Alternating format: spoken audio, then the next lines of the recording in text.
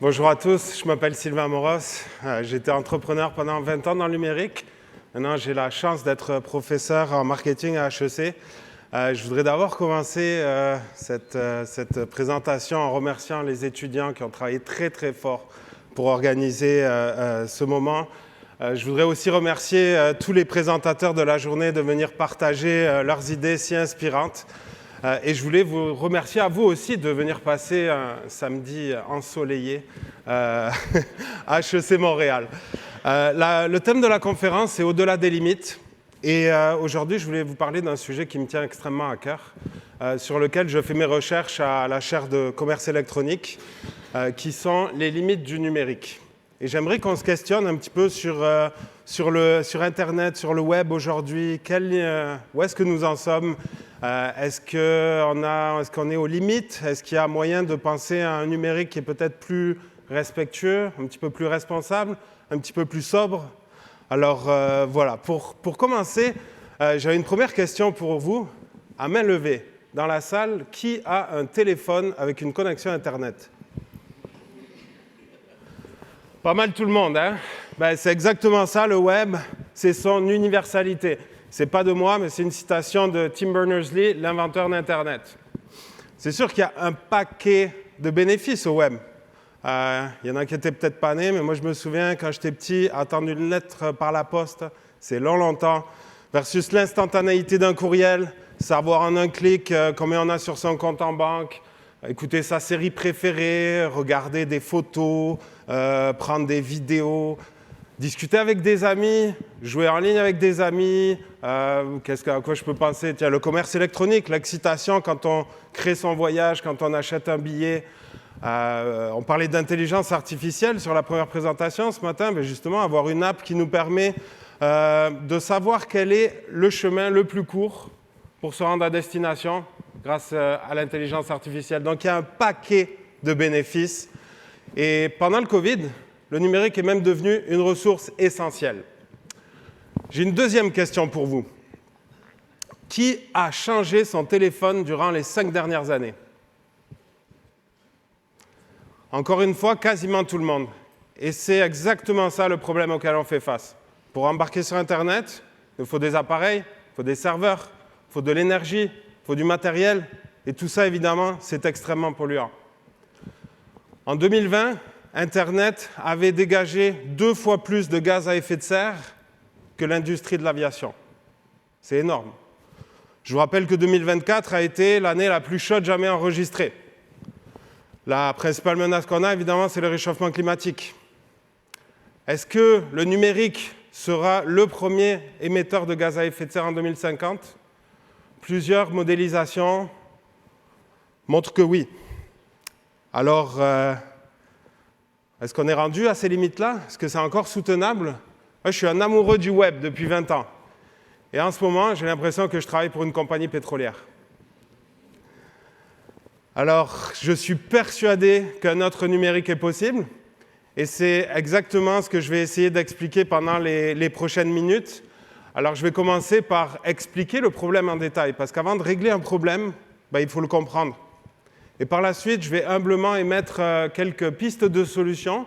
Il y en a qui sont déjà en marche, justement, puis je vais parler de ce que pourraient faire les gouvernements, ce que peuvent faire les entreprises, et ce qu'on peut faire, nous, en sortant de cette salle. Alors, pour apprendre à compter, on suit des cours de mathématiques. Pour comprendre l'impact du numérique sur l'environnement, on suit un atelier qui s'appelle la fresque du numérique, que je vous recommande à tous. C'est un investissement de 3 heures qui est génial. Et je vais vous donner un avant-goût pour essayer de voir, de vous motiver à y aller. Une des premières choses qu'on apprend, c'est que dans le fond, sur Internet, il n'y a absolument rien qui est dans les nuages. Okay ? En tant que prof de marketing, je pense que le cloud, c'est un des meilleurs scams qu'on ait jamais fait. Parce qu'Internet, c'est quoi ? Internet, c'est des énormes câbles au fond de l'océan. Internet, c'est des kilomètres carrés de serveurs. Internet, c'est 10% de la consommation électrique mondiale. C'est plus que le Canada, plus que l'Allemagne, plus que la France. Et ce qui pollue le plus, à 80% environ, c'est la fabrication de tous ces appareils. Puis on pense beaucoup aux centres de données, tout ça, mais en fait, ce qui pollue le plus, c'est nos appareils à nous. En 2020, il y avait 34 milliards d'appareils disponibles sur la planète. 34 milliards. Okay, ça fait une moyenne de 8 appareils par personne. Pensons à notre téléphone, notre ordinateur, nos écrans, notre montre, notre enceinte intelligente. Voilà, il y en a énormément. Et pour construire tous ces appareils-là, bien évidemment, il nous faut de la matière. Il faut creuser la terre. Pour vous donner une idée, pour un ordinateur de 2 kg, j'ai besoin de 600 kg de matière et de 200 kg d'énergie fossile. Donc quasiment 1 tonne de matériel pour un ordinateur de 2 kg. Tout ça, c'est énorme. Et évidemment, plus on creuse, plus ça se raréfie. Ça crée des tensions géopolitiques. On peut penser aux guerres en Afrique. On peut penser à l'Ukraine dernièrement au niveau des terres rares. Et cette problématique-là nous amène à, évidemment, l'effet de rebond. L'effet de rebond, dans le fond, c'est de voir que la technologie seule ne va pas nous sauver. Okay, s'il y a des technosolutionnismes dans la salle, on a juste à regarder l'histoire et les technologies. Je peux prendre par exemple la mutualisation des transports, le chemin de fer. On pensait que tout s'embarquer dans un train, c'était hyper efficace. En effet, mais on en a fait tellement que ça a augmenté la pollution. Si je pense à Internet au début, on nous disait c'est plus écologique que le papier. Avec tous les chiffres que je vous ai dit, est-ce que ça en est le cas? On peut se poser la question.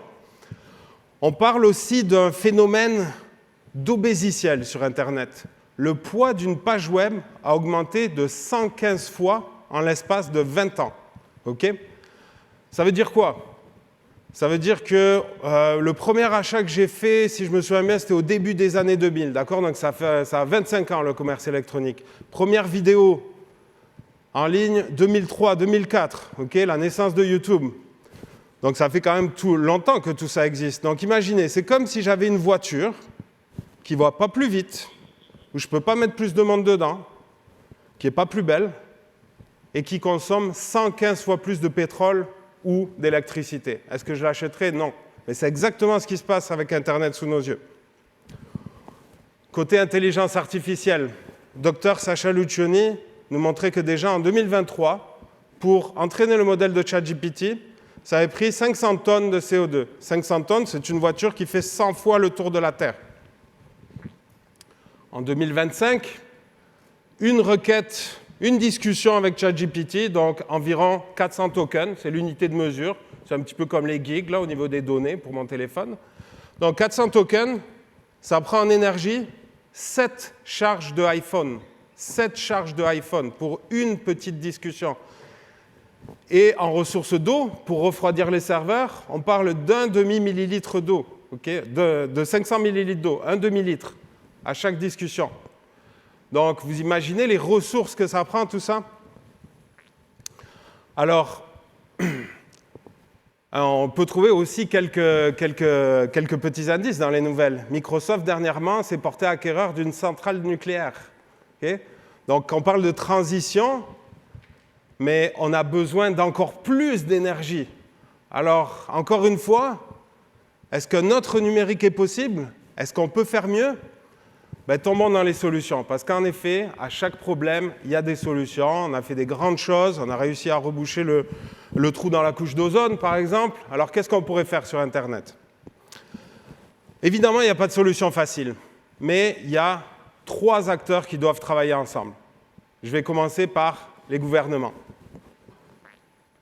On a eu des belles lois qui sont sorties. Je pense à la loi 29 sur l'obsolescence programmée, qui interdit aux compagnies maintenant de mettre des procédés artificiels pour réduire la durée de vie d'un objet, pour en vendre plus. C'est quand même positif.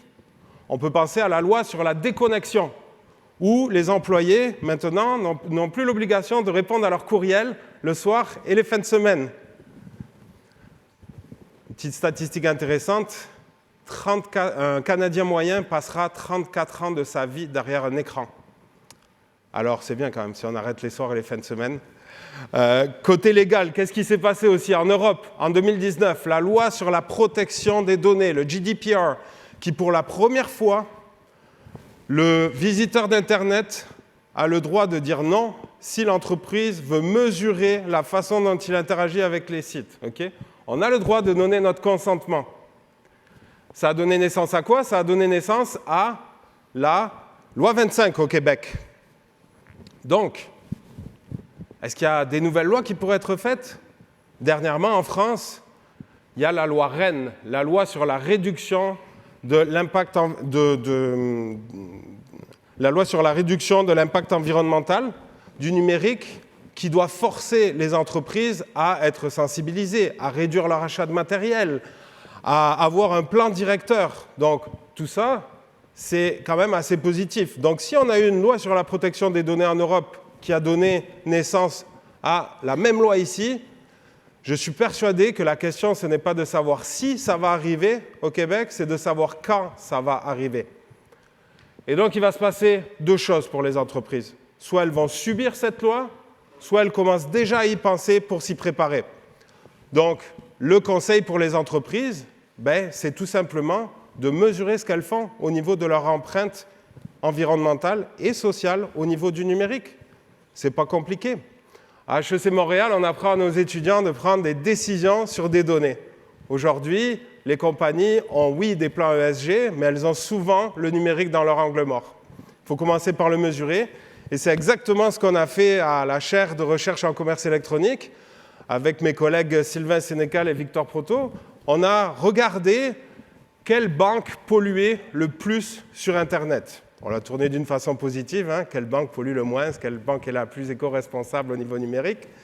Et on s'est aperçu que 3 banques étaient responsables des 2/3 des émissions. C'est énorme. Est-ce qu'elles le savent? Non. Mais maintenant qu'elles le savent, j'espère qu'elles vont travailler sur l'éco-conception de leurs produits numériques. Okay? On est capable de faire des produits physiques qui sont éco-conçus. Pourquoi on ne serait pas capable de faire des produits numériques qui sont éco-conçus?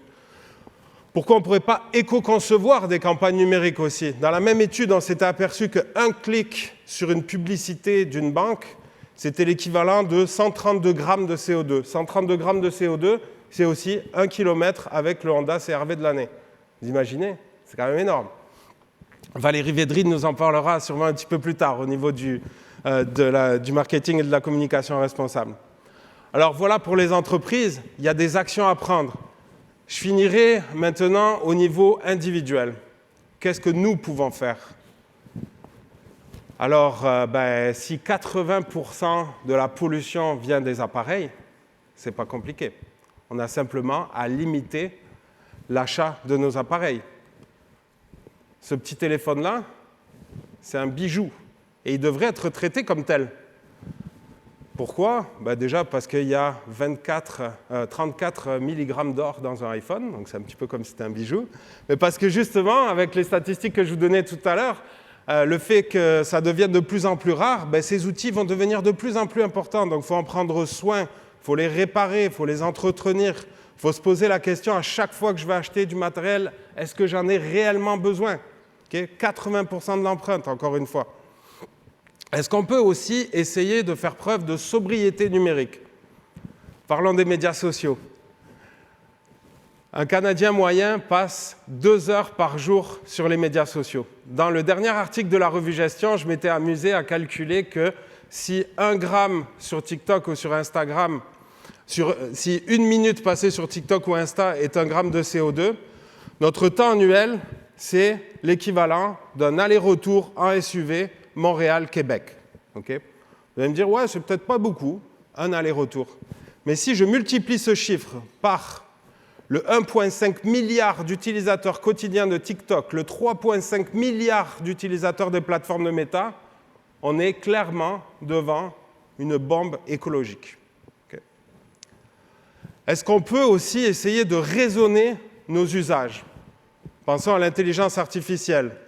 Si chaque discussion que j'ai avec ChatGPT, c'est 20 grammes de CO2, est-ce que j'ai besoin de l'IA pour tout? Est-ce que je suis capable d'utiliser d'autres outils pour corriger les fautes dans un document, des sites web classiques pour traduire des documents? Est-ce que je suis capable d'utiliser l'intelligence artificielle en dernier recours? Sûrement. Est-ce que je prends mon auto pour aller au dépanneur au coin de la rue? Non. Mais dans le numérique, c'est la même chose. Je vais finir un dernier conseil en parlant de peut-être dénumériser certaines activités. Je vais m'adresser aux parents dans la salle. J'ai mes 3 enfants qui sont ici ce matin. Et je lisais une statistique d'une étude qui est sortie l'année passée qui nous dit que 40% des enfants de 2 ans ont un iPad aux États-Unis. Au Canada, on ne doit pas être si loin. Okay, 40% des enfants. Alors, il y a évidemment des problèmes de dépendance au niveau numérique chez la génération Z. Il y a des problèmes, pas que chez la génération Z. Donc, est-ce qu'on a besoin d'un iPad pour élever des enfants? Est-ce que nos parents l'ont fait avant nous sans ça? Est-ce qu'ils ont réussi? Donc voilà, encore un bon exemple de dénumériser certaines activités. Alors, en guise de conclusion, Internet est sûrement une des plus belles machines que l'espèce humaine ait construite. Puis la technologie n'est pas bonne ou mauvaise en tant que telle. C'est ce qu'on en fait qui est important. Et j'espère qu'avec toutes les statistiques que je vous ai montrées, on peut prendre conscience de notre état d'ébriété numérique et qu'on va essayer de rechercher à plusieurs niveaux les bénéfices de la sobriété. Et pour illustrer cette phrase-là, je vous laisserai avec cette citation et réflexion de l'anthropologue Jason Hickel, qui nous disait que c'est une heureuse coïncidence que ce que nous devons faire pour survivre est aussi ce que nous devrions faire pour être heureux. Merci.